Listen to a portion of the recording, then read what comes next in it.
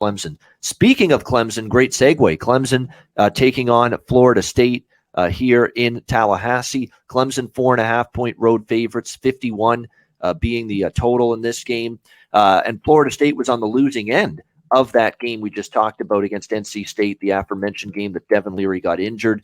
But NC State made the plays defensively, and really it was all the defense for Florida, for NC State, as to why they won that game. And to me, Jordan Travis, it was disappointing to see what happened with him down the stretch. Just awful finish to the game. Struggled to navigate the offense throughout against that NC State defense. Jordan Travis just 15 of 30, 50% completions, less than 200 passing yards, 1 touchdown, 2 interceptions. Definitely not what you want to see. Now you got to take on this mighty Clemson defense, which shut down Boston College completely Saturday night, 31-3. Beat NC State at home 30-20 before that. Notched an impressive win against Wake on the road, 51-45. Especially considering the fact that this Wake Forest team, I think week by week we've seen that team look better and better. So Clemson undefeated, and they've got some nice wins on their resume already too, especially the Wake win and the NC State victory.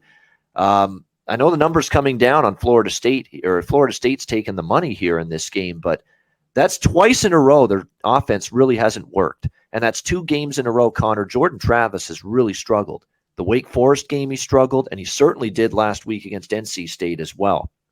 I don't know if that's a good thing when you're about to go against this Clemson defense, especially up front, where they can really get after it. And that's that defensive front of NC State is what forced Jordan Travis into some of those mistakes. Clemson's got that same kind of defensive front. I think in the secondary, Conor, you can make some plays against Clemson. We've seen their pass defense a little vulnerable. They've got a lot of young players and inexperience in the pass defense.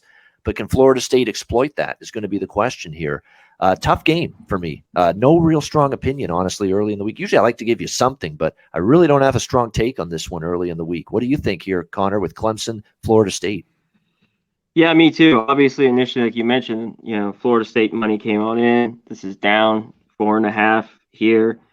Florida State, I thought what they did was great. Right away, they punch NC State in the mouth, take that lead, but it's the same old shit. I don't know, it's bad coaching. The second half, they fold. Travis, just stupid mistakes. The punter, he could have ran for that first down. The turnovers, 10 penalties for Florida State. Most of them were in that second half, and it just killed them. That I don't like that in a team. It doesn't make me want to back them. One thing, though, with Clemson, I mentioned, they're vulnerable a little bit on the road. This has just been one play, on the road.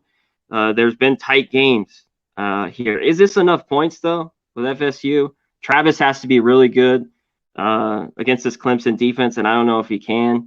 And just all the penalties, the problems with Florida State, it just seems like they're getting there and they just fold and lose the game.